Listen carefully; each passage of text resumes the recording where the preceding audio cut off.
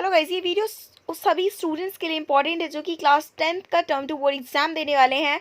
तो यहाँ पर मैं आपके साथ शेयर कर रही हूँ प्री बोर्ड एग्जामिनेशन टर्म 2 का क्वेश्चन पेपर, जो कि सभी गवर्नमेंट स्कूल में पूछा गया था। और अच्छी बात यह है कि जितने भी गवर्नमेंट स्कूल होते हैं सबके प्री बोर्ड का क्वेश्चन पेपर सेम होता है और वो सीबीएसई खुद भेजती है, इसलिए आपका बहुत हद तक ये जो पेपर है वो आपके फाइनल बोर्ड एग्जाम से मैच होता हुआ नजर आएगा। तो इसको एज अ सैम्पल पेपर मान के आपको सॉल्व करके ज़रूर रखना है। यहाँ पर मैं आपको कुछ दिखा देती हूँ, कुछ इंपॉर्टेंट पॉइंट्स जो कि आपको ध्यान रखना है कि जितने भी 2 मार्क्स के क्वेश्चन होंगे उसमें जो है 40 वर्ड से आपको ज़्यादा नहीं लिखने हैं। इसके अलावा जितने 3 मार्क्स के क्वेश्चन है उसमें 80 वर्ड से ज़्यादा नहीं लिखने हैं, और जो क्वेश्चन आपके 5 मार्क्स के हैं उसको 120 वर्ड से ज़्यादा नहीं लिखने हैं। ठीक है, ये सारी चीज़ें जो है इंपॉर्टेंट है जो कि आपको ध्यान रखना है। अब देखिए, क्वेश्चन जो है बहुत ही सिंपल तरीके से पूछा गया है।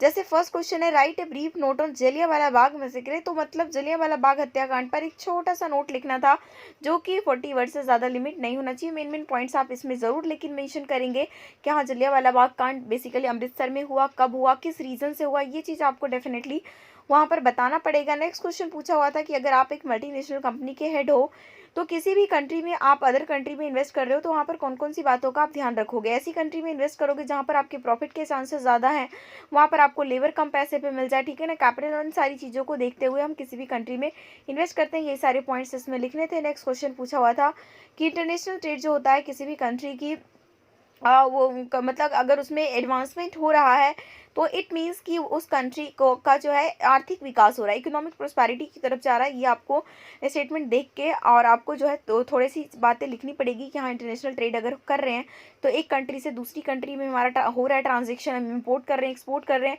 जिसकी वजह से हम अपना जो है प्रोडक्शन भी ज़्यादा बढ़ा सकते हैं क्योंकि अब हमारे पास एक बड़ा सा मार्केट मिल जाएगा। इसके अलावा अगर हम इंटरनेशनल ट्रेड करेंगे तो हमारे पास फॉरेन करेंसी आएगी जो कि हमारी कंट्री की इकोनॉमिक ग्रोथ को डिनोट करेगी। तो यही सारे पॉइंट्स जो है इस टाइप के क्वेश्चंस में लिखने होते हैं।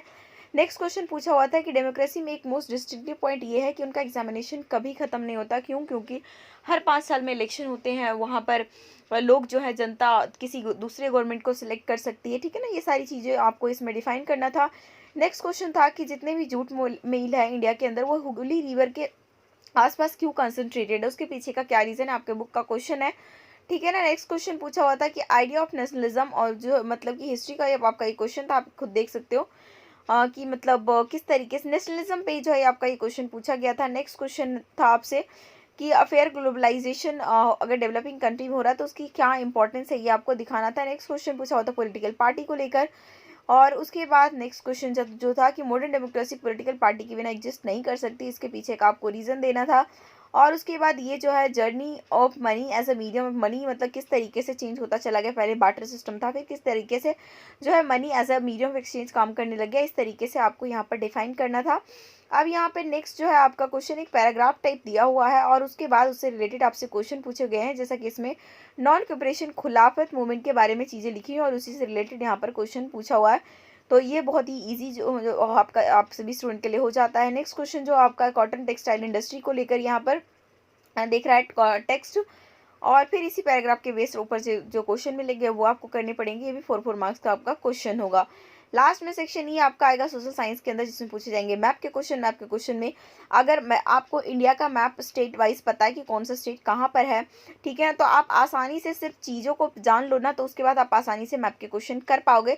जैसा फर्स्ट क्वेश्चन ही आपसे यही पूछा होता है कि ऐसा प्लेस जहाँ पे गांधी जी ने सत्याग्रह मूवमेंट स्टार्ट किया था कॉटन मिल वर्कर्स के लिए। तो अगर हमें स्टेट का नाम पता है तो क्या हम मैप में डिनोट नहीं कर सकते? क्या हमें पता होना चाहिए कि हाँ, ये पर्टिकुलर स्टेट यहाँ पर होता है। उसके बाद नेक्स्ट क्वेश्चन पूछा हुआ था कि आपको जो है इनो को दिखाना था और उसके अलावा इसमें मैप भी कनेक्टेड था, तो इंग्लिश मीडियम वाला तो चला गया उसमें। तो पूरे सॉफ्टवेयर टेक्नोलॉजी पार्क, इसके अलावा राजीव गांधी इंटरनेशनल जो एयरपोर्ट है इस मतलब उस चीज़ को यहाँ पर दिखाना था। ठीक है ना, तो इस तरीके से ही आपको जो है एग्जामिनेशन में इसी तरीके का पूरा पैटर्न मिलने वाला है। होपफुली आप ये क्वेश्चन पेपर को ज़रूर से ज़रूर सॉल्व कर लेंगे ताकि जो है बोर्ड एग्जाम में आपको बहुत ज़्यादा हेल्प मिलने वाला है। यहाँ पर एक बार आप खुद बैठ के अगर इस पेपर को सॉल्व करोगे ना, आप देखोगे आप खुद भी अच्छा फील करोगे और आपके एग्जाम में डेफिनेटली इससे मार्क्स बढ़ेंगे ही बढ़ेंगे। इससे पहले साइंस के math standard maths basic English के भी हमने प्री बोर्ड आपके साथ शेयर किया हुआ है, तो आप वहाँ से उन वीडियोस को भी देख सकते हैं। और इसके अलावा पीडीएफ भी हमारे टेलीग्राम ग्रुप में होते हैं, तो आप वहाँ से डायरेक्टली से डाउनलोड करके भी सॉल्व कर सकते हैं।